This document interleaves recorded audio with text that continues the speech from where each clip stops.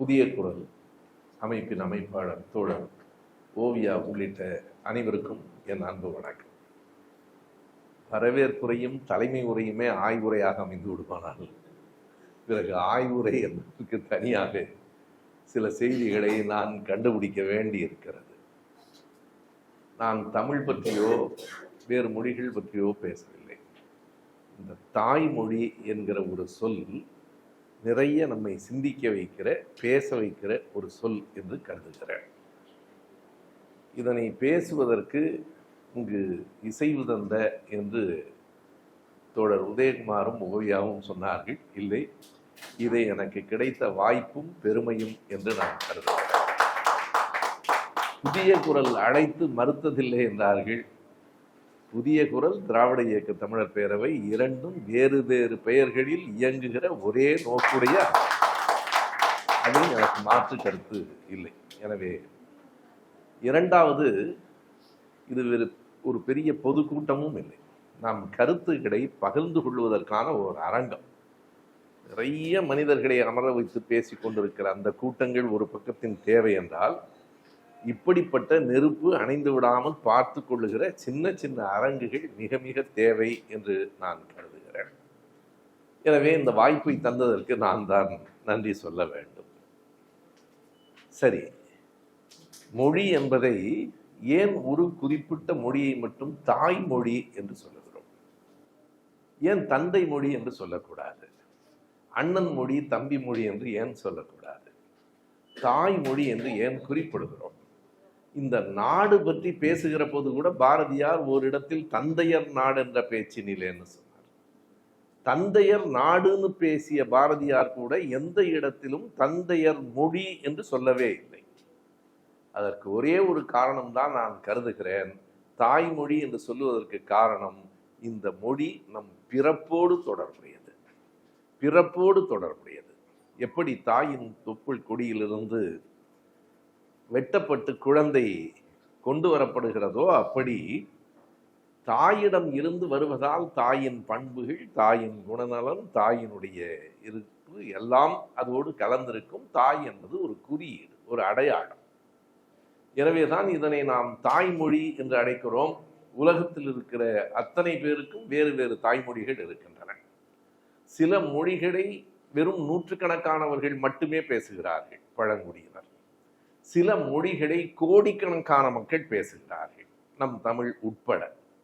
100 பேர் பேசினாலும் அது அவர்களுக்கான தாய்மொழி தான். கோடி பேர் பேசினாலும் அது அவர்களுக்கான தாய்மொழி தான். தாய்மொழி என்பது எண்ணிக்கை சார்ந்தது அன்று.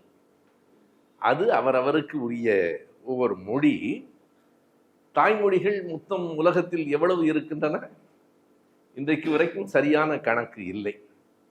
ஒரு குறிப்பிட்ட காலம் வரை சொல்லப்பட்ட செய்தி, உலகத்தில் ஏறத்தாழ 3000 மொழிகள், தாய்மொழிகள் இருக்கின்றன. அவற்றுள் 1672 தாய்மொழிகள் இந்தியாவில் மட்டுமே இருக்கின்றன என்பது ஒரு கணக்கு. ஆனால் இன்றைக்கு அந்த கணக்கெல்லாம் தவறான கணக்காகவே ஆகிவிட்டது. இப்போது நான் நேற்றைக்கு தேடி பார்த்தேன், ஏறத்தாழ 10,000 மொழிகள் உலகத்தில் இருக்கின்றன. எப்படி மொழிகள் புதிதாக தோன்றினவா? இல்லை, பழங்குடியிலே வாழ்ந்த மக்களினுடைய மொழிகளை நாம் கணக்கில் எடுத்துக்கொள்ளாமல் விட்டோம். அப்படி 10,000 மொழிகள் இருந்தாலும் மிக பெரும்பான்மையானவர்களால் பேசப்படுகிற மொழி ஒரு 3000 தான் இருக்கும். எனவே அவைதான் தாய்மொழி என்று அழைக்கிறோம். தாய்மொழி நாட்டுக்கு நாடு, ஒரு நாட்டிலேயே ஒரு சமூகத்துக்கு சமூகம் மாறுபடுகிறது. ஆனால் நான் என்ன எண்ணி பார்க்கிறேன் என்றால், எந்த நாட்டில் பிறந்தாலும் உலகத்தில் பிறக்கிற எல்லா குழந்தைக்கும் முதல் தாய்மொழி கண்ணீரும் புன்னகையும் தான். அதுதான் எந்த குழந்தைக்குமான அடிப்படையான தாய்மொழி. அழுகையும் சிரிப்பும் தான். எந்த குழந்தையும் மொழியை கற்றுக்கொண்டு பசிக்கிறது என்று சொல்லவில்லை. அதன் அழுகை நமக்கு அதை உணர்த்துகிறது. ஒரு கிளுகிழுப்பை காட்டுகிற போது அதன் மகிழ்ச்சியை, அதன் சிரிப்பு காட்டுகிறது. கண்ணீரும் புன்னகையும் தான் உலகத்தின் தாய்மொழிகள், முதல் தாய்மொழி. அதிலிருந்து குழந்தை கற்றுக்கொள்ளுகிற பிற மொழிகள். அடிப்படையாக தாய்மொழிக்கும் பிற மொழிக்குமான அடிப்படை வேறுபாடு என்ன? தாய்மொழி என்பதை நாம் சரியாக இப்படி சொல்லலாம், முதல் மொழி என்று. வேறொன்றும் இல்லை, முதல் மொழி. அது என்ன இரண்டாவது மூன்றாவது மொழிகள் மும்மொழி திட்டம் வரைக்கும் வந்திருக்கிறது பாருங்கள். வேறொன்றும் அல்ல, எந்த மொழியின் மூலமாக பிற மொழிகளை கற்றுக்கொள்ளுகிறோமோ அவை பிற மொழிகள், அடிப்படையாக இருக்கிற மொழி தாய்மொழி.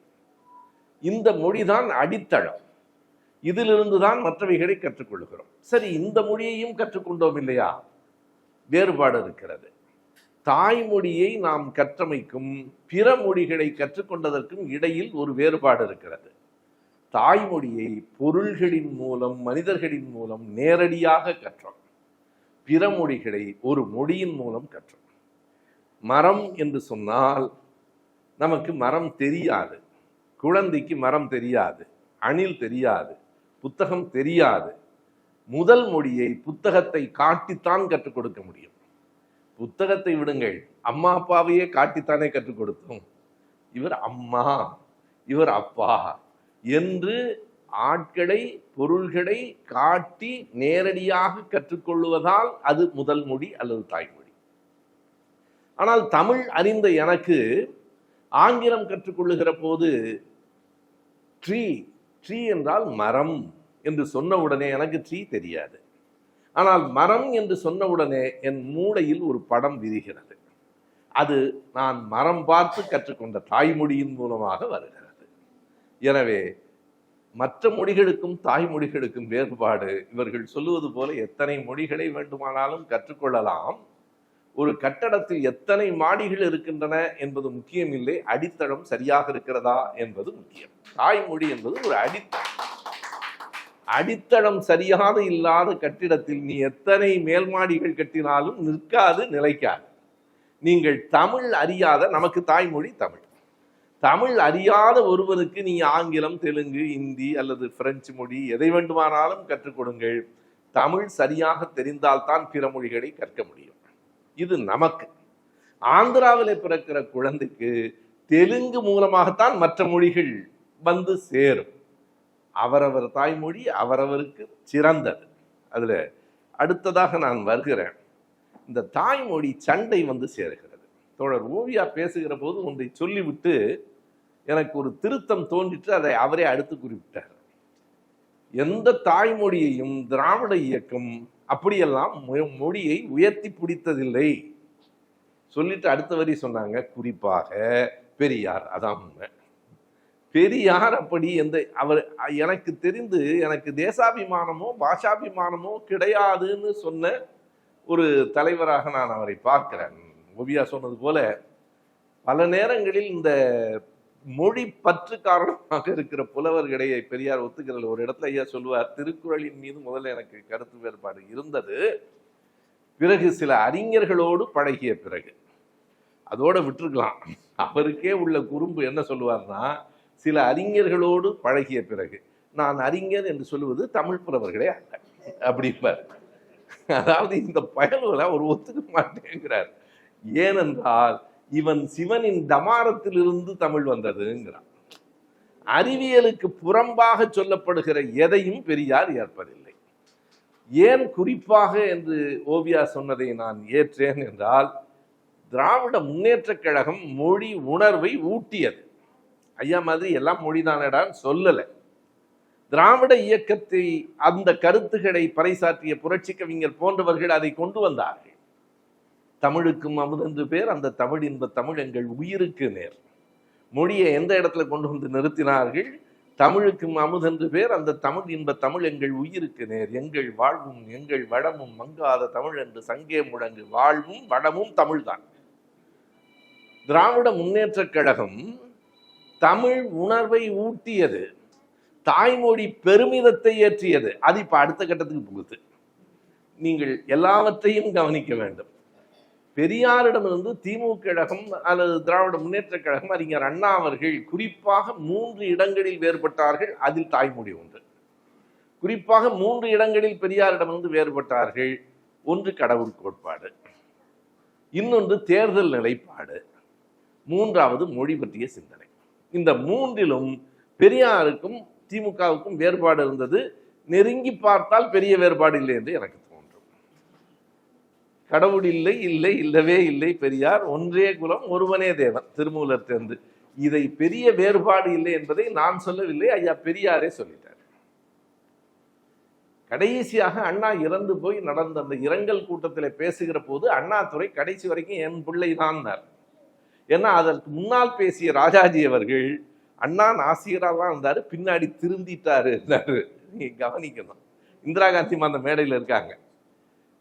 திருந்திட்டாருன்னா இது தப்பான நிலைப்பாடுன்னு அர்த்தம். பெரியார் சொன்னார் கடைசி வரைக்கும் அண்ணாதுரை என் பிள்ளையா தான் இருந்தாரு. ஒன்றே குலம் ஒருவனே தேவன்கிறது கூட நமக்கு ரொம்ப நெருக்கமானது தானே. 33 கோடி தேவர்களை சுருக்கி பக்கத்துல சைபருக்கு பக்கத்துல கொண்டாந்து நிறுத்திட்டாரா இல்லையா?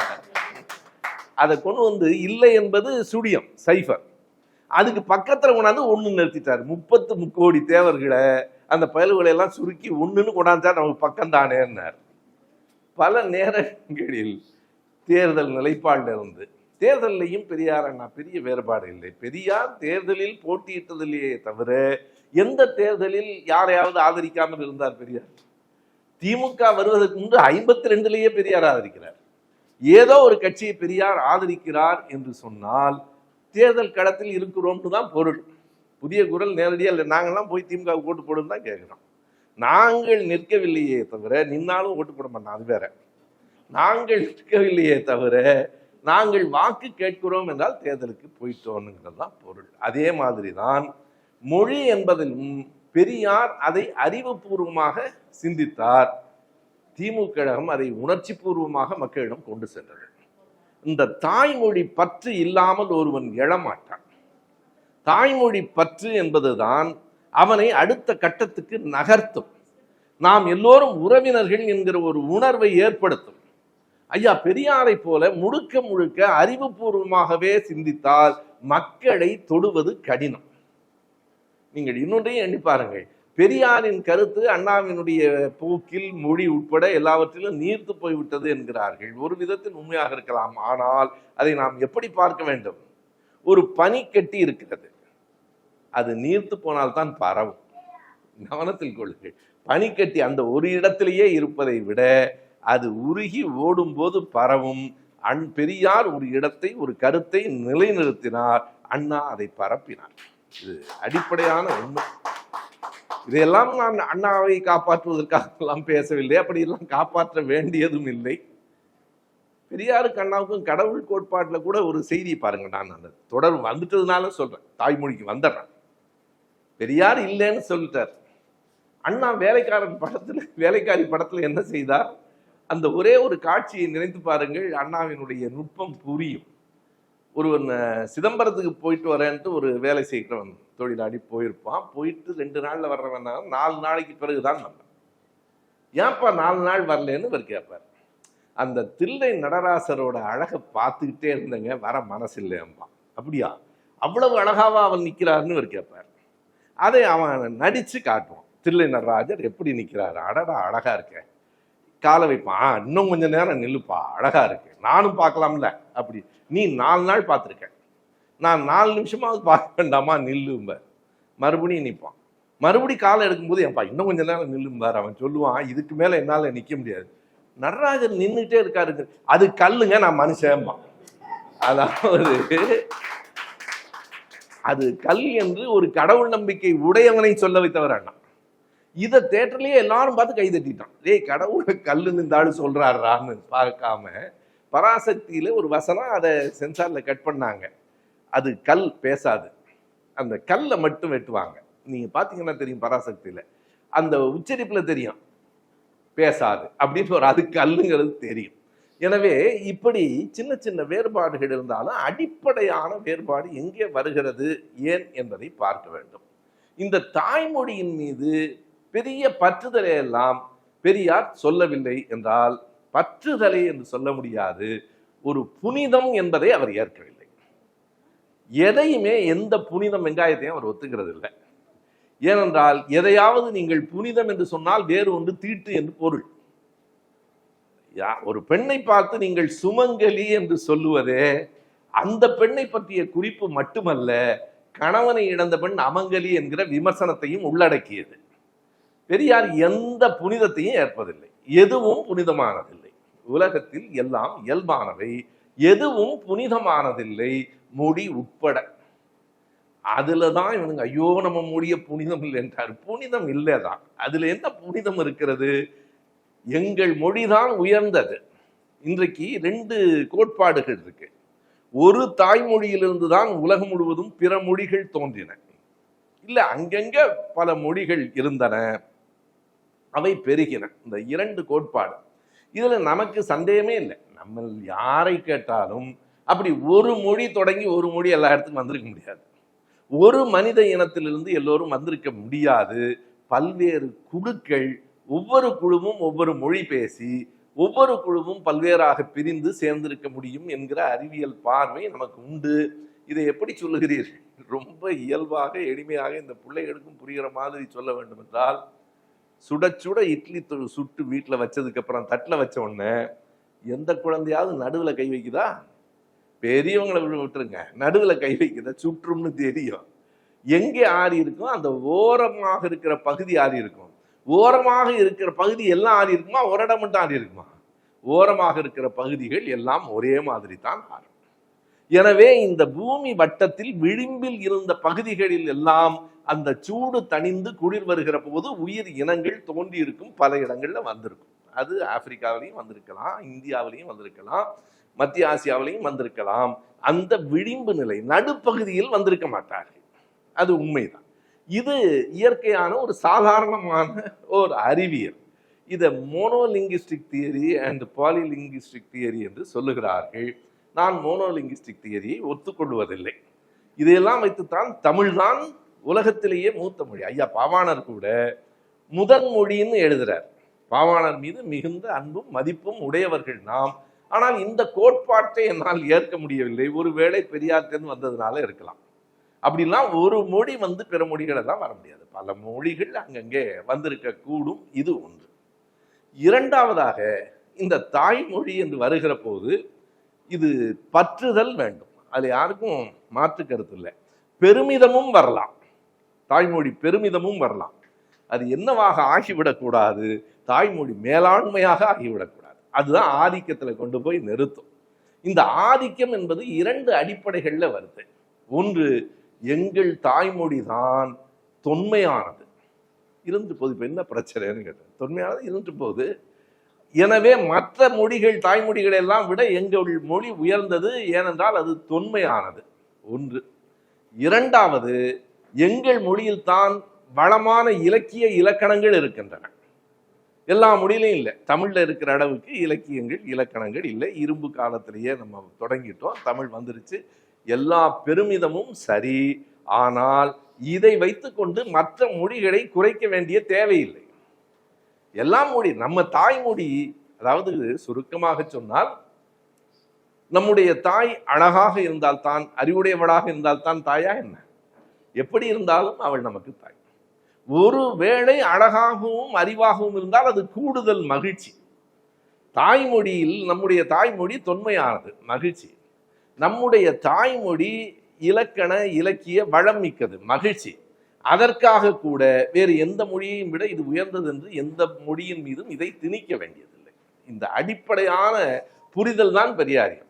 நம்ம யாரை விடவும் மேலான எங்கள் மொழியின் பெருமையை நாம் சொல்லுகிறோம். அந்த தாய்மொழியின் பெருமையை சொல்லுகிற போது ஒப்பீடு என்பது இயல்பாக மனித வாழ்வில் உள்ளது. எல்லாவற்றையும் ஒப்பிட்டு பார்க்கிற பழக்கம் இயல்பானது. உண்மையாகவே வேடிக்கையாக நடந்த ஒரு செய்தியை சொல்லுகிறேன். ஒருவருக்கு அந்த சர்க்கரை நீர் கணக்கு பார்க்குறாங்கல்ல, ரொம்ப குறைஞ்சிருச்சுங்கன்னு மகிழ்ச்சியா சொன்னார். நான் அப்படியா அப்படின்னு கேட்டேன். எவ்வளவுன்னு கேட்டேன். உணவு உண்ட பிறகு 460 இருக்குன்னாரு. எனக்கு தூக்கி வாரி போட்டுச்சு. என்னையா 460 குறைச்சல்ங்கிறாரு என்ன? அவர் ஏன் அதை குறைவுன்னு சொன்னார்னா, போன மாசம் 540 இருந்ததுங்கன்னாரு.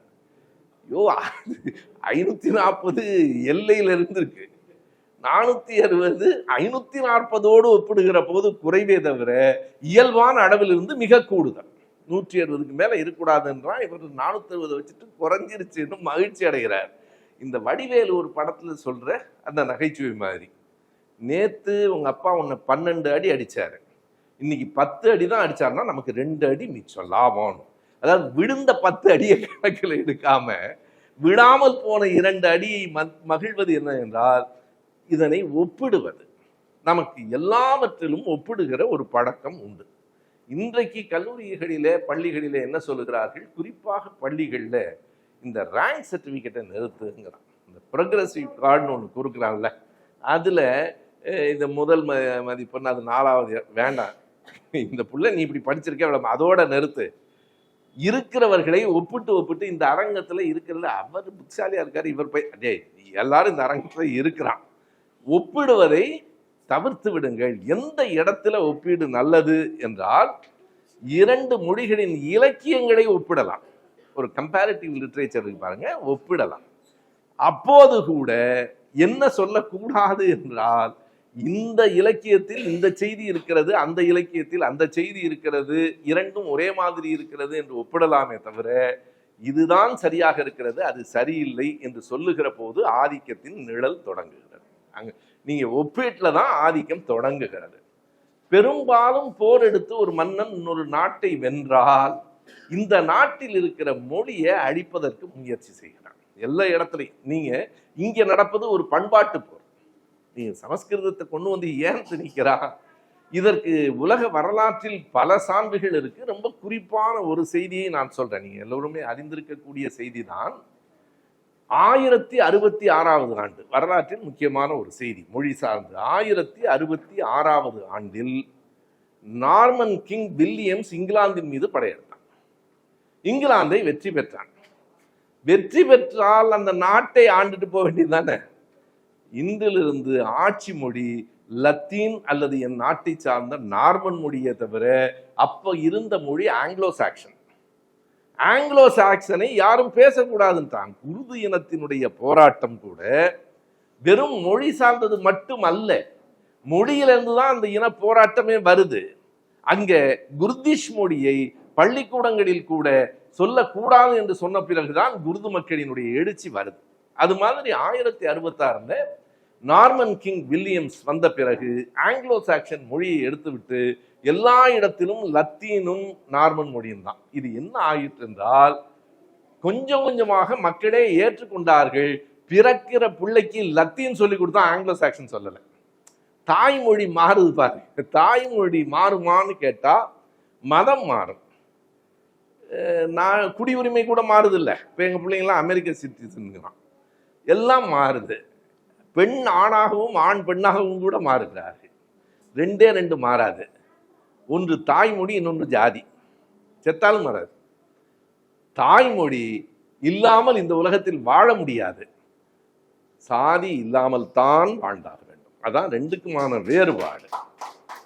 மதம் இல்லாமலும் வாழலாம். நான் 3க்குமான வேறுபாட்டை எப்படி சொல்றேன்னா, மதம் இல்லாமலும் வாழலாம், மதத்தோடும் வாழலாம், அவரவர் நம்பிக்கை விருப்பம். மொழி இல்லாமல் எவனாலும் வாழ முடியாது. வாய் பேச முடியாத மாற்றுத்திறனாளிகளுக்கு மொழி இல்லை என்று யாராவது சொல்வார்களானால் அவர்கள் அடிப்படையான செய்தியை உள்வாங்கிக் கொள்ளவில்லை என்று பொருள். மொழி என்பது பேசுவதற்கும் எழுதுவதற்கும் மட்டும்தான் என்பதல்ல, சிந்திப்பதே மொழியின் மூலமாக தான் சிந்திக்க முடியும். சிந்தனையிலிருந்து தான் மொழி தொடங்குது. வாய் பேச முடியாத நம்முடைய மாற்றுத்திறனாளிகள் தோழர்கள் கூட நம்மகிட்ட ஒரு செய்தி சொல்றான்ல, நீ இங்க வாங்குறான்ல, முதலில் அதை அவன் தாய்மொழியில சிந்திச்சு தான் இங்க வான்னு சொல்லுவான். தாய்மொழி என்பது அடிப்படையானது. எனவே மொழி இல்லாமல் உலகத்தில் வாழ முடியாது. மொழி தோன்றுவதற்கு முன்னாலும் ஒரு கேள்வி இருக்கு, எப்படி மொழி தோன்றுச்சுன்னு பல கோட்பாடுகள் இருக்கு, டிங் டாங் தியரி, பல செய்திகள் இருக்கு. நான் அதற்குத்தான் சொன்னேன், மொழி என்பது வெறும் சொற்களும் எழுத்துகளும் அல்ல, மொழி என்பது உணர்ச்சியின் வெளிப்பாடு. அதைத்தான் முதலில் நான் குறிப்பிடுகிற போது கண்ணீரும் புன்னகையும் தான் முதல் மொழி என்று சொன்னேன். மொழி சிந்தனையையும் உணர்ச்சியையும் வெளிப்படுத்துவதற்கு பயன்படுகிற கருவின்னு சொன்னா சண்டை வந்துடும். ஒன்றும் பெரிய தப்பு இல்லைங்க. Main purpose of the language is communication. அதை வெளிப்படுத்துவது. கருவிங்கிறது குறைவானதல்ல. நீங்கள் போருக்கு போகிறவன் கருவி சரியாக இருந்தால்தான் அவனால் போரில் வெற்றி பெற முடியும். கருவியை பாதுகாக்க வேண்டும், கருவியை தூய்மைப்படுத்த வேண்டும், கருவியை பேண வேண்டும், இன்னும் சொன்னால் கருவியை காதலிக்க வேண்டும். ஒரு வேலையும் வாழையும் காதலிக்காத ஒரு போர் வீரன் அந்த காலத்தில் போர் வீரனாக இருக்க முடியாது. எனவே அது அதனுடைய அடிப்படை நோக்கம் சிந்தனையையும் உணர்ச்சியையும் வெளிப்படுத்துவதுதான். அப்படி வெளிப்படுத்துகிற போது இந்த தாய்மொழி என்பது இயல்பாக நமக்கு பழகி போயிற்று என்கிற காரணத்தால் நான் முதலில் சொன்னது போல சாதி செயற்கையாக திணிக்கப்பட்டது, மொழி இயற்கையின் தேவையாக இருக்கிறது. ரெண்டுக்கும் வேறுபாடு. மொழி இயற்கையின் தேவையாக இருக்கிறது, சாதி செயற்கையாக திணிக்கப்பட்டிருக்கிறது. மொழியை நாம் பற்றி கொள்ள வேண்டும், சாதியை விரட்டி ஆக வேண்டும், மதம் அவரவர் விருப்பம். இந்த நிலைப்பாட்டில் அந்த மொழியை என்றால் அடிப்படையாக தாய்மொழியை. ஆங்கிலத்தை பற்றி ஓவியா சொன்னதை இன்றைக்கு பல பேர் கேட்டு ரொம்ப கோவப்பட்டுருவான். ஆங்கிலம் என்கிற அரண் இல்லாமல் தமிழை காப்பாற்ற முடியாதுன்னு. என்ன செய்யறது? அதான் உண்மை. எங்கே என்றால் ஆங்கிலத்தில் நாம் சிக்கிக்கொள்வது வேறு, ஆங்கிலத்தை பயன்படுத்துவது வேறு. நீங்க ரொம்ப கவனமாக தாய்மொழி போதாதா, போதும், பயன்படுகிறதா இன்னொரு மொழி என்றால் பயன்படுத்துங்கள். அது ஆங்கிலமாக கூட அல்ல, இந்தியில் இருந்தாலும் சரி, எந்த மொழியை வேண்டுமானாலும் பயன்படுத்துங்கள். தாய்மொழியில் பயிற்சி பெறுங்கள். ரெண்டுக்கும் இருக்கிற அடிப்படை வேறுபாடு. எத்தனை மொழிகளை வேண்டுமானாலும் கற்றுக்கொள்ளலாம், தாய்மொழியின் மீது பற்றுக்கொள்ள வேண்டும், அடிப்படையானது. ஏனென்றால் அதுதான் நம்முடைய முதல் மொழி. புதுவையிலே ஆசிரியராக இருந்த போது பாரதிதாசன் பிரெஞ்சு அரசாங்கத்துக்கு ஒரு கடிதம் எழுதினார். ஆனாவுக்கு அணில்னு ஒரு படம் போட்டிருந்தாங்க. அதை மறுத்த ஆசிரியராக இருக்கிற போது எழுதினார் அவர், ஆனாவுக்கு அம்மான்னு போடுறாரு. குழந்தைக்கு அம்மா முதல்லையா அணில் முதல்லையா? அம்மாவிலிருந்து அறிவு தொடங்கணும், அணில இருந்து அல்ல. அணில் அப்புறம் கத்துக்கிட்டுனார். எனவே இந்த மொழி என்பதும் சிந்தனையோடு சேர்ந்தது, உணர்வுகளோடு சேர்ந்தது. ஏன் அம்மா இல்லாம அணில் இல்லாம அம்மா போடுனாரு? அது உணர்வுகளோடும் சேர்ந்தது. குழந்தைக்கும் தாய்க்கும் உணர்வு பூர்வமான தொடர்பு இருக்கிறது, குழந்தைக்கும் அணிலுக்கும் அப்படிலாம் ஒரு தொடர்பும் இல்லை. அணிலை பார்க்கலாம், வேடிக்கை பார்க்கலாம், ஆனால் அம்மாதான் அடிப்படையான ஒன்றாக இருக்க வேண்டும் என்று சொன்னார். இவையெல்லாம் அறிவுபூர்வமான சிந்தனைகள் தான்.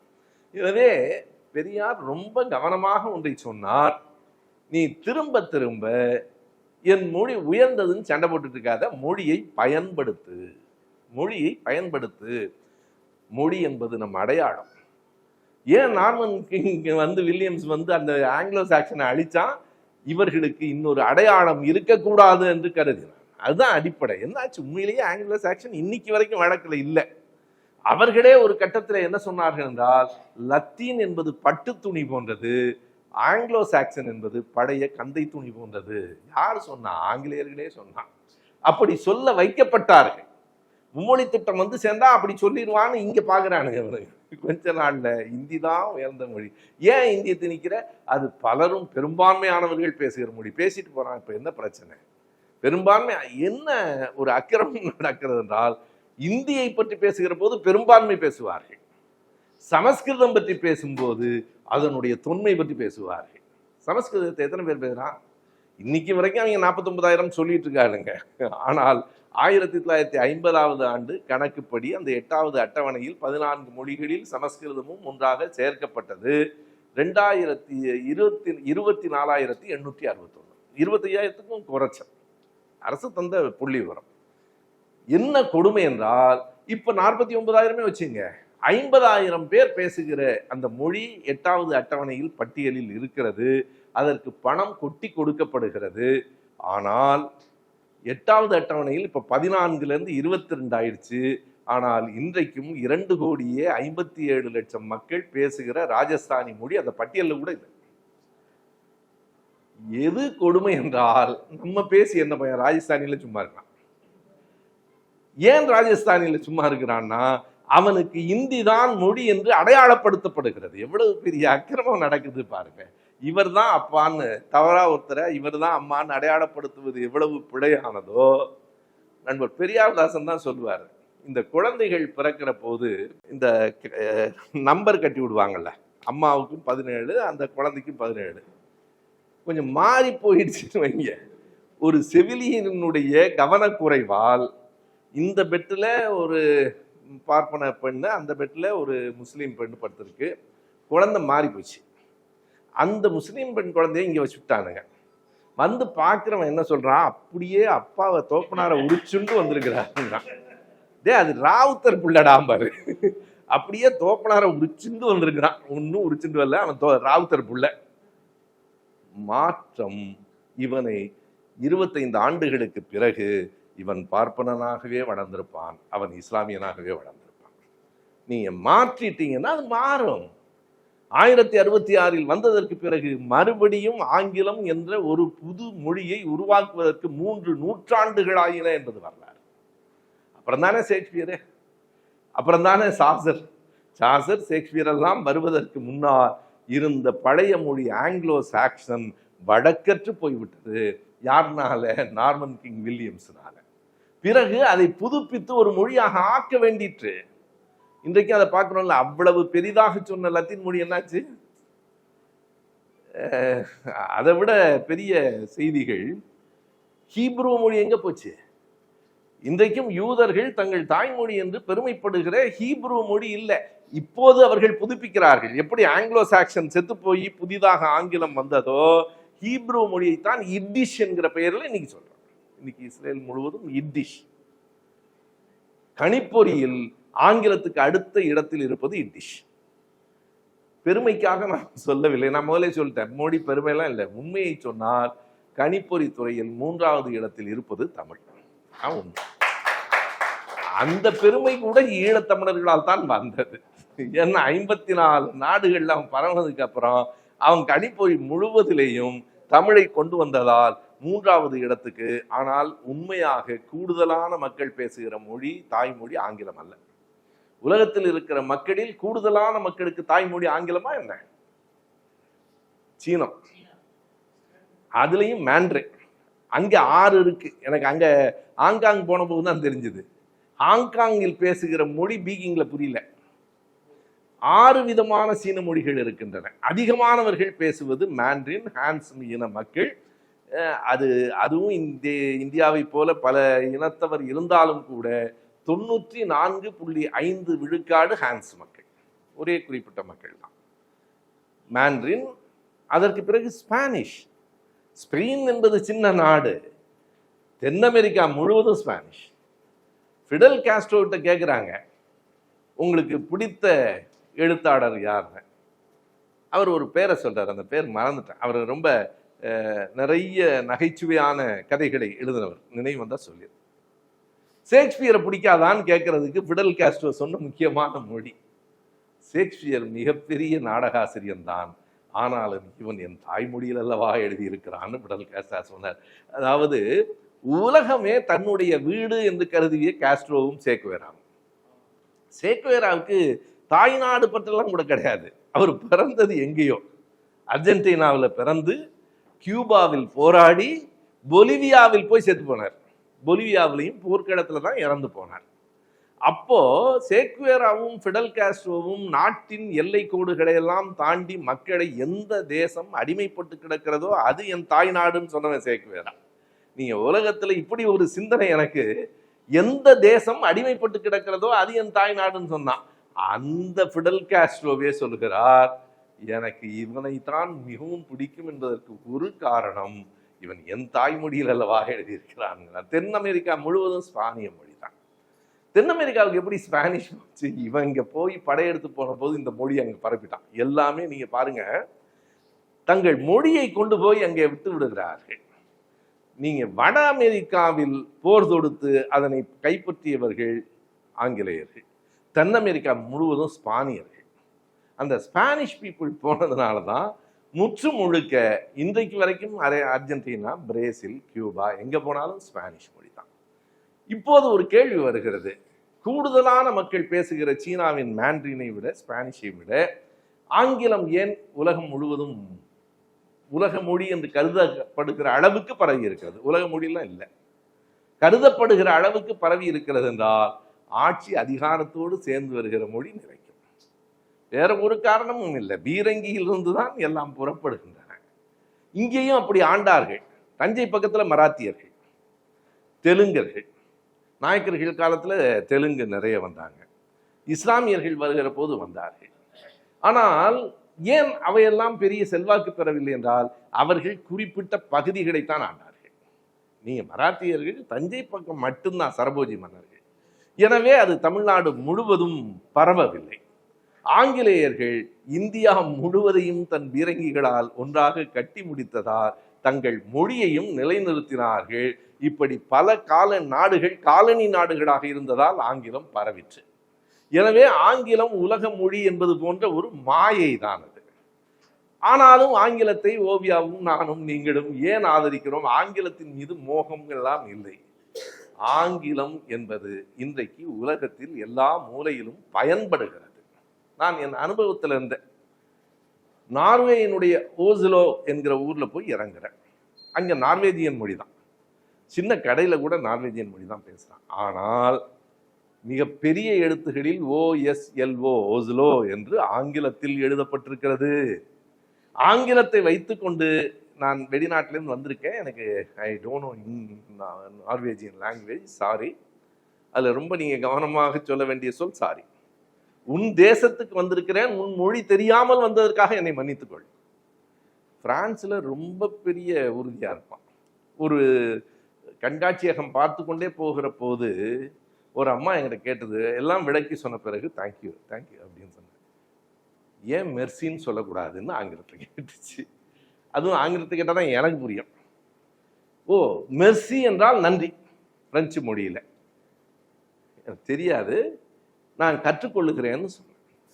என் தேசத்துக்கு வந்திருக்கிற ஏன் மொழியினுடைய சில சொற்களையாவது கற்றுக்க வேண்டாமான்னு கேட்குறான். அது இந்த பிரான்ஸில் தான் ரொம்ப ஆங்கிலத்துக்கு எதிராக இருப்பாங்க. ஏன்னா அவங்களுக்கு இடையில சண்டை வந்துக்கிட்டே இருந்துச்சு. எல்லாமே அரசியல் சார்ந்தது. இங்கிலாந்துக்கும் பிரான்ஸுக்கும் சண்டை வந்துக்கிட்டே இருந்ததுனால பிரான்ஸில் இருக்கிறவர்கள் இங்கிலீஷை கொஞ்சம் வெறுப்பான். அடுத்த ஒரு கண்காட்சி அரங்கத்துக்கு போய் பார்த்து விட்டு வெளியே வரும்போது மெர்சின்னு சொன்னேன். அவ்வளோ சந்தோஷப்பட்டான். எனக்கு அந்த வார்த்தை மட்டும்தான் தெரியும். அவன் ஒருவேளை நம்ம பிரெஞ்சை கற்றுக்கிட்டான், ஒன்றும் தெரியாது எனக்கு. மெர்சி மட்டும்தான் தெரியும். தாய்மொழி பற்று அந்த இடத்தில் இருக்கிறது. என் தேசத்தில் என் மொழியை பேசுகிறான். ஓவியா சொன்னது போல, உதயகுமார் சொன்னது போல, குறைந்த சிலவற்றில் நாம் உறுதியா இருந்தாங்க. கையெழுத்து என்னடா பல மொழியில போடுறீங்க, பேரை 2 மொழியில வச்சிருக்கவன் நம்ம நாட்டில் தான் ஆயத்தர் சொன்னார். நீங்க பெயரை CV பாஸ்கரன், அது என்ன CV? இனிஷியலை கூட நீ என்னடா உலகத்தை ஆயத்தனார் என்ன சொன்னார்னா, நான் உலகத்தை 4 முறை சுற்றி வந்திருக்கிறேன், எந்த நாட்டிலும் யார் ஒருவரும் தங்கள் பெயரை 2 மொழியில் எழுதியதில்லைன்னார். ஆங்கிலத்துல தான் நம்ம பெரும்பாலும் முன்னெடுத்துகளை போடுகிறோம். பழக்கம். நான் அண்ணனோட பேசும்போது சொன்னேன், நீ சொல்றது உண்மைதான், நான் பழகிட்டேன். அவர் பேர் SP முத்துராமன், இனிமே நான் சுப முத்துராமன்னா யார் அவருன்னு கேட்டுருவான். வேற வழி இல்லை, பழகிட்டேன். சுப இல்லைன்றுவான். நான் SP வீரபாண்டியன்னா யாருன்னு தெரியாது. சிவவீரபாண்டியன் என்பது அது வேற ஒன்றும் இல்லைங்க. இப்படி இருக்கணும். கையெழுத்தை மட்டுமாவது தாய்மொழியில் போடுங்கள். தமிழில் நான் சொல்லவே இல்லை, கவனிங்க. தாய்மொழி, நீ தெலுங்கு ஆந்திராவிலேருந்து வந்திருந்தீங்கன்னா தமிழ்நாட்டை போட்டாலும் தெலுங்கு மொழியில போடு. அது எப்படி புரியும்? உனக்கு புரிய வேண்டியதில்லை. கையெழுத்து அடையாளம். கையெழுத்து செய்தி சொல்லுகிற சொல் அல்ல, அது அடையாளம்.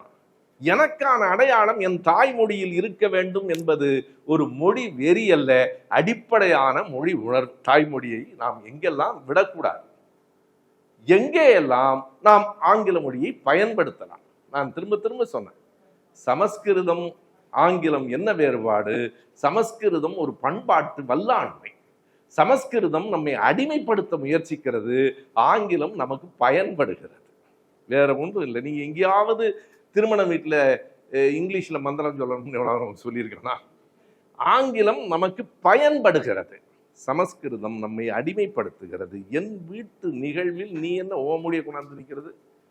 ஒரு முறை நம்ம தேவனைய பாவாணர் நூலக கட்டிடத்தில் நடந்த ஒரு உண்மையான செய்தி, மொழி பற்றிய கருத்தரங்கம்.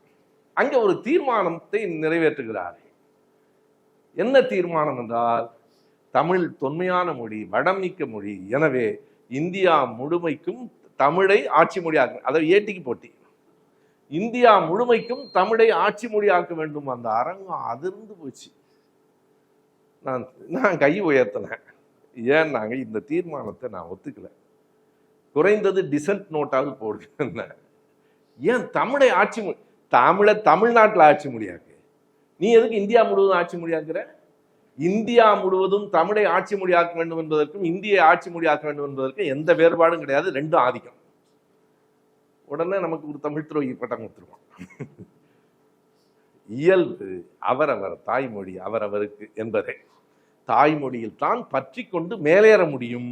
வேறு மொழிகளை பயன்படுத்தி கொள்ளலாம். திரும்ப திரும்ப அந்த சொல்லை நான் குறிப்பிடுகிறேன். பிற மொழிகளை கற்றுக்கொள்வது, பிற மொழிகளை கற்று அறிவு அப்படிலாம் இல்லைங்க. பிற மொழிகளை பயன்படுத்தி கொள்ளலாம். எங்கே கவனமாக இருக்கணும்? சமஸ்கிருதத்திலிருந்து தமிழை மீட்டு பல நேரங்களில் ஆங்கிலத்தில் போய் சிக்கிடுச்சு. அங்கேயும் கவனமாக இருக்கணும். காரியதர்சி செயலாளர் ஆனார். செயலாளர் செக்ரட்டரி ஆயிட்டார்ல. அக்ராசனர் தலைவர் ஆனார். தலைவர் பிரசிடென்ட் ஆயிட்டாரு. அந்த செக்ரட்டரி பிரசிடென்ட் சொற்கள் வேண்டாம்னு நான் சொல்லலை. தலைவர்னா எல்லாத்துக்கும் புரியும் இல்லடா. நீ மருந்து கடையில் போய் பாராசிட்டமாலுக்கு தமிழ் சொல்ல வேண்டாம். நம்மளால சொல்ல மாட்டான். அப்படி சொன்னா வேற மாத்திரை கொடுத்துட்டா இது உயிர் பிரச்சனை. நீ எது இயல்பாக இருக்கிறதோ, நீங்க மருந்து கடையில ஆங்கில சொற்களை பயன்படுத்துவதில் பிழையில்லை. காரணம், நாம் அந்த மொழிக்கு அடிமையாகவில்லை, அந்த மொழியை பயன்படுத்துகிறோம். அது அங்கேருந்து தயாரிக்கப்பட்டு வந்திருக்கு. நீங்க டெலிவிஷனை தொலைக்காட்சின்னு மாத்திட்டோம். பாராசிட்டமாலை மாத்தி எல்லாரும் புரிஞ்சுட்டா சொல்லலாம். ஒரு கட்டத்தில் பேருந்துங்கிறது கேலிக்குரிய சொல்லா இருந்தது. இன்னைக்கு பேருந்து மிக இயல்பாக எல்லோருக்கும் புரிகிற சொல்லாக ஆகிவிட்டது. எனவே தாய்மொழியின் மீது பற்று கொள்ளுங்கள் என்பதை விட தாய்மொழியை பற்றி கொள்ளுங்கள் என்பது. தாய்மொழியை பற்றி கொள்ளுங்கள், பிற மொழிகளை தேவைக்கேற்ப பயன்படுத்திக் கொள்ளுங்கள். இதுதான் இந்த மொழி பற்றிய நம்முடைய புரிதலாக இருக்க வேண்டும். ஏன் தாய்மொழியை பற்றி கொள்ள வேண்டும் என்றால், தாய்மொழிதான் பிற மொழிகளுக்கான வழிவகுக்கும். பிற மொழிகளை புரிந்து கொள்ள தாய்மொழி தான் உதவும். நீ தாய்மொழி இல்லாம இன்னொரு மொழியெல்லாம் கத்துக்க முடியாது. இன்னொன்றையும் நீங்க போய் ட்ரீங்கிறத கொண்டு போய் ட்ரீயை காமிச்சு உனக்கு சொல்ல வேண்டியதில்லை. மரம் சொன்னா புரியும். ஏன்னா ஏற்கனவே எனக்கு தாய்மொழி தெரியும். ஆந்திராவில் நம்ம உதயகுமார் பேசும்போது சொன்னார், அக்கடை அவன்கிட்ட போகும்போது அப்படி சொல்லு, அதுதான் சரி. எந்த அடிப்படையிலும் எங்கள் மொழி தொன்மையானது, எங்கள் மொழி வளமானது, எனவே எங்கள் மொழி தான் உயர்ந்ததுன்னு முடிவுக்கு வராது. எல்லா மொழியும் உயர்ந்த மொழிகள் என்று என்றைக்கு கருத தொடங்குகிறோமோ அப்போதுதான் ஜனநாயகம். எல்லா மொழியும் அவனவன் தாய்மொழி அவனவனுக்கு உயர்ந்தது. உனக்கு என்ன பிரச்சனை? என் தாய்மொழியின் சிறப்பை பேசிட்டு இருப்பான். தாய்மொழியினுடைய உண்மையான சிறப்பு என்னன்னு நம்மளுக்கு தெரியாது.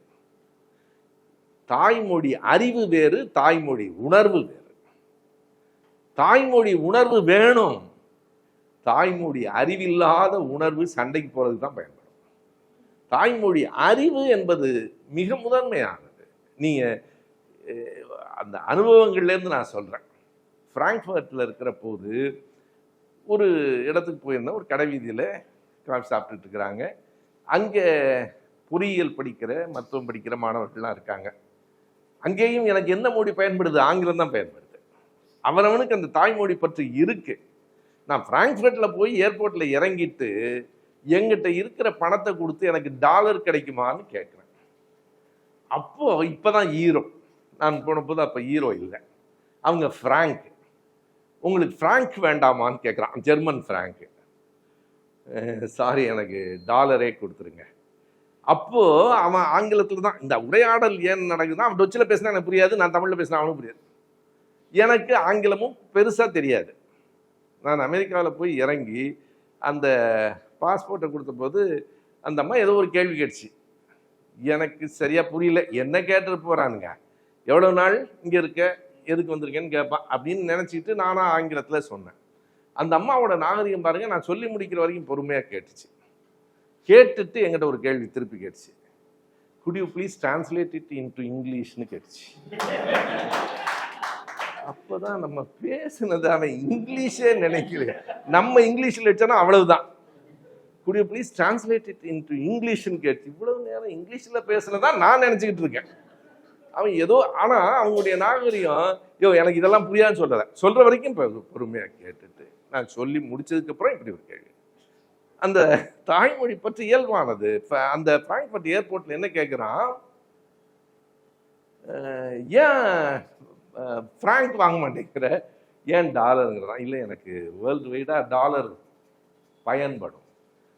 திருப்பி சொன்ன பதில், ஒரு காலம் வரும் உலகத்தில் இருக்க எல்லாரும் எங்களுக்கு ஃப்ராங்க் தான் வேணும்னு கேட்குற காலம் வருமையா, வந்த அன்னைக்கு வாங்கிக்கிறேன், எனக்கு ஒரு பிரச்சனையும் இல்லை. என்னைக்காவது அப்படி ஒண்ணு வந்துருச்சுன்னா எனக்கு என்ன எனக்கு செலவு பண்றதுக்கு காசு வேணும். வெளிநாடு போன உடனே என் மனைவிட்ட நான் என்ன சொல்லுவேன், 2 விஷயத்த மறந்துடணும். போன உடனேயே என்ன கேட்குன்னா, இப்ப நம்ம நாட்டுல என்ன டைம், இப்ப எதுக்கு உனக்கு, இப்ப நம்ம நாட்டுல என்ன டைமா இருந்தா என்ன பிரச்சனை. 2வது அவன் ஒரு டாலர் எவ்வளவுங்க, அங்க 85 ரூபாய். ஐயோ 85 ரூபாய்க்கு அவர் டீ சாப்பிட்டு நீ செத்தே போயிடுவ கடைசி வரைக்கும், எதுவுமே சாப்பிட முடியாது. இங்கே இது 1 ரூபா, இங்கே இது காலை 11 மணி. நீ இந்தியாவில் என்ன நேரம்னா அது ராத்திரி 2 மணியா இருக்கும், முடிச்சிருக்குமேன்னு தோணும். அந்தந்த நாட்டில் அந்தந்த நாட்டோடு இணங்கி போவது. எங்க பிராங்க்ஃபர்ட் உடைய இது பிராங்க் வாங்குற காலம் வரும் என்று நான் இந்த காஃபி ஷாப்ல உட்கார்ந்து பேசிட்டு இருக்கிற போது எல்லாம் மருத்துவம் பொறியியல் படிக்கிறாங்க. அவர்கள் என்ன சொன்னார்கள் என்றால், அவங்க என்ன கோபப்படுறான்னா, ஜெர்மன்ல ஹிட்லரை பத்தி நான் கடுமையா சொன்ன கோபப்படுறான். ஹிட்லரை பத்தி உங்களுக்கு என்ன தெரியும் கேட்கிறேன். ஹிட்லர் எவ்வளவு பாசிட்டிவ் சைடு இருக்கு தெரியுமா அப்படின்னு கேட்க. இப்ப நான் ஹிட்லரை பத்தி ஒரு மணி நேரம் பேசியிருக்கேன். அதை கேட்டு சொன்னாங்க, ஹிட்லரும் கூட நல்ல ஒரு மாதிரி இல்லை. ஐயோ நான் அதுக்காக பேசலைங்க, அவன்கிட்ட இருக்கிற பாசிட்டிவ் சைட்ஸை மறைக்க வேண்டாம். அந்த ஜெர்மானிய பிள்ளைகள் ஹிட்லரை பத்தி அந்த வரலாற்று செய்திகளை சொல்றாங்க, அதுக்காக சொல்ல. அப்போ நான் கேட்குறேன், நீங்க இன்ஜினியரிங் படிக்கிறீங்க, மெடிசின் படிக்கிறீங்க, வரலாற்று செய்திகளை இவ்வளவு சொல்றீங்களேங்கிறதுக்கு அவர்கள் சொன்ன பதில் இப்போதும் என் மூளையில் இப்படியே படிந்து கிடக்கிறது. நாங்கள் என்ன படித்தாலும், அது பொறியியலா இருக்கலாம், கம்ப்யூட்டரா இருக்கலாம், மெடிசனா இருக்கலாம், என்ன படித்தாலும் எங்கள் மண்ணின் இலக்கியத்தையும் வரலாற்றையும் கண்டிப்பாக படித்தாக வேண்டும். எவ்வளவு பெரிய செய்தி பாருங்க. இன்ஜினியரிங் படிக்கிறவங்களுக்கு தமிழ்நாட்டு வரலாறு தெரிய வேண்டாமா? தமிழ்நாட்டு இலக்கியம் 8 தொகைனா என்னன்னு தெரிய வேண்டாமா?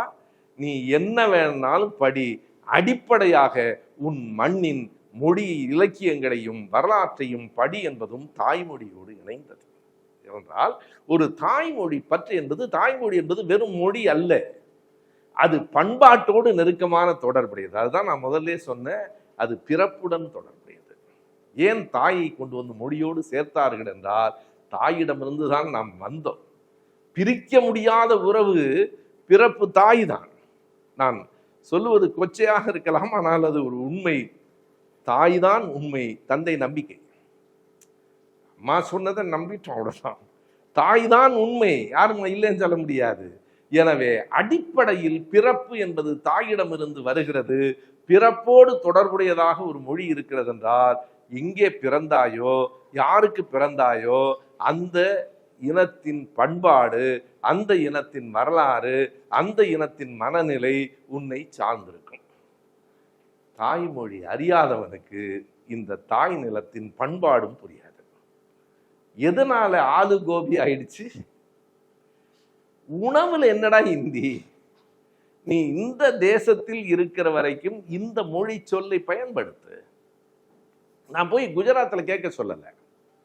குஜராத்தில் போய் இங்க பெரிய தொல்லையே, நாம் அவர்கள் மொழியை படிச்சுக்கிட்டு அங்க போகணும், அவன் வந்தா அவன் மொழியை நம்ம படிச்சுக்கணும். இது ரெண்டும் ஒரே ப்ராசஸ்.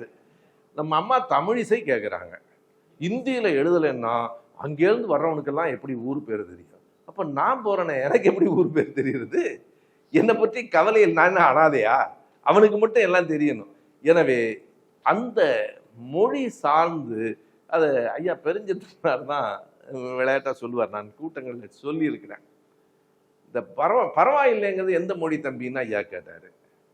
தெரியலையா, தமிழ் தான். என்ன அப்படித்தான் நீங்களும் நினைச்சிட்டு இருக்கீங்களான்னார். மார்வாரி மொழியினுடைய தொடர்ச்சிங்க அது. மார்வாரி கடை வச்சிருக்கும் போது நம்ம ஆள் அங்கே போவான். அங்கே போய் இந்த வாரம் என்னால் பணம் கொடுக்க முடியல, அடுத்த திங்கள் தருவேன்றான். அப்போ அதுக்கு அவன் என்ன சொல்றான், பர்வானகின்னா. பர்வானா குற்றமா, பர்வானகி குற்றம் இல்லை, குற்றம் இல்லை, பர்வானகி. இவன் போய் நம்மால் வேற எதுக்கு போறான்? மார்வாரி கடைக்கு அடமானம் வைக்கிறது தான் போயிருப்பான். அடுத்த வாரம் தரேன்னா பர்வானகின்னா. கொஞ்ச நாள்ல அவன் கொஞ்சம் தமிழ் கத்துக்கிட்டான். பர்வா இல்லைன்னா அதுதான் பரவாயில்லை என்று தமிழ் சொல்லாக இன்றைக்கு வரைக்கும் நின்று நிலைக்குது. பரவாயில்லைக்கு பின்னால இப்படி ஒரு மொழி சார்ந்த ஒரு செய்தி இருக்கு. ஐயா பெருஞ்சித்தனார் தான் சொன்னார், பர்வானகி. தாய்மொழி எப்படி? இன்னொரு செய்தி இருக்கிறது, தாய்மொழி கலப்பு இல்லாமலேயே இருக்க முடியாது. இன்னொரு மொழியோடு கலப்பு இல்லாமல் இருக்கு. இனங்கள் கலந்தாச்சு இல்ல, சாதியும் மீறி கலந்தாச்சு இல்ல, மதங்கள் கலந்தாச்சு இல்ல, மொழி மட்டும் கலக்கவே கூடாது என்கிற பிடிவாதம் நிலைக்காது. ஆனால் அதிலும் அளவு வேண்டும் என்பது. எதுவுமே இந்த வாழ்க்கை என்பதே அளவு சார்ந்தது. கேளுங்க யார்ட்டையாவது படிப்பது நல்லதான்னு. படிச்சுன்னு எல்லாரும் என்ன பதில் சொல்லுவாங்க? நல்லது படிப்பு. அடுத்த கேள்வி கேளுங்க, படித்துக்கொண்டே இருப்பது நல்லதான்னு. அது நல்லதில்லை. படிப்பது நல்லது, படித்துக்கொண்டே இருப்பது நல்லதல்ல. விளையாடுவது நல்லது, விளையாடிக்கொண்டே இருப்பது நல்லதல்ல. தூங்குவது நல்லது, தூங்கிக் கொண்டே இருப்பது நல்லதல்ல. என்ன பொருள்? வாழ்க்கை அளவு சார்ந்தது. கலப்படம் பிழை இல்லை, கலப்படமாகவே வாழ்க்கை முழுவதும் அமைந்து விடுவது பிழை. நீ 4 தமிழை உட்கார்ந்துக்கிட்டு என்னத்துக்கு இங்கிலீஷ் கலந்து பேசுற? எதற்காக பிற மொழி? இது தனித்தமிழ் என்றால் தமிழ் தான். தமிழ் ஒன்று தான். நாம் தமிழில் பேசுவோம், தமிழில் எழுதுவோம், தமிழில் படிப்போம். ஏன்? தமிழ் உயர்ந்த மொழி என்பதற்காகவா? இல்லை. தமிழ் இலக்கணம் நிறைந்தது என்பதற்காகவா? இல்லை. தமிழ் நம் தாய்மொழி என்பதால் தமிழை படிப்போம், தமிழில் பேசுவோம், தமிழில் எழுதுவோம், தேவைப்படுகிற போது பிற மொழிகளை பயன்படுத்தி கொள்ளும். அவ்வளவுதான் நம்முடைய திட்டம். பயன்படுத்தி கொள்ளுங்கள். அதுல ஒன்றும் சிக்கலே இல்லை. நமக்கு யாராவது வந்து உதவினால் அவனை எதிரியா பார்க்க வேண்டாம். யாராவது வந்து தோள் மீது ஏறி அமர்ந்தால் அவனை எதிரியாய் பாருங்கள். எதிரி தானே அவன். யாராக இருந்தாலும் பக்கத்துல உட்கார்ந்துருக்க வரைக்கும் அமைதியா இருக்கும்ல. இவர் தோல்ல அவர் தோல்ல அவர் மேறி உட்கார்ந்தா இந்த மேல இருக்கிறவன் ஒன்றும் பிரச்சனையே இல்லை, நல்லாதான் இருப்பான். கீழே இருக்கவன் என்ன சொல்லுவான்? ஏய் கீழே இருங்க, எவ்வளவு நேரம் நான் தாங்கிட்டு இருக்கிறதுமா. நம்ம என்ன சொல்றோம்? இவன் பிரிவினைவாதியா இருக்கான் பாருங்க. ஒற்றுமை என்பது ஒன்றின் கீழ் ஒன்றல்ல, ஒன்றின் அருகில் ஒன்று. அவரவர் மொழியோடு, அவரவர் பண்பாட்டோடு, அவரவனுடைய அடையாளங்களோடு ஒற்றுமையாக இருப்பதுதான் ஒற்றுமையே தவிர அடையாளங்களை களைந்து விடுகிற ஒற்றுமை ஆதிக்கம். அவ்வளவுதான் எளிதாக. அடையாளங்களை களைந்து விடுகிற ஒற்றுமை ஆதிக்கம். எனக்கு இந்தி தேவைன்னா நான் படிச்சுக்கிறேன், நீ ஏன் கஷ்டப்படுற? நீ சொல்ல வேண்டியதே இல்லை. இந்தி படித்தால் வேலை கொட்டி கிடக்கிறதுனா நாமே படிச்சிடுவோம், நீ ஒன்றும் சொல்ல வேண்டாம். இந்தி படித்தால் செங்கல் கொட்டி கிடக்கு, வந்து நம்ம பிள்ளை இங்கே வந்து வேலை செய்கிறான். நான் அவனுக்காகவும் பல இடங்களில் வருத்தப்பட்டு தான் சொல்லுவேன். அந்த பிள்ளைங்களை வேற ஒன்றும் ஆங்கிலம் படிக்க விடாம அவன் வாழ்க்கையை இருட்டாக்கி இருக்கிறார்கள். நம்மளையும் இருட்டாக்கணும்னு ரொம்ப முயற்சி பண்றானுங்க. தமிழ்நாடு இந்த நிமிடம் வரையில் விழித்து கொண்டிருக்கிறது. எனவே இந்த மும்மொழி திட்டம் எல்லாம் தாய்மொழியிலிருந்து தொடங்குகிற வேறு வேறு சிக்கல்கள். தாய்மொழியை பற்றிய சிந்தனையை தொடக்கி வைக்கிறோம். அடுத்தடுத்த அரங்குகளில் அதிலிருந்து புறப்படுகிற மொழி சார்ந்த மானுடமும் மொழியும் சார்ந்த சிந்தனைகள் இந்த அரங்கிற்கு வரும். நன்றி.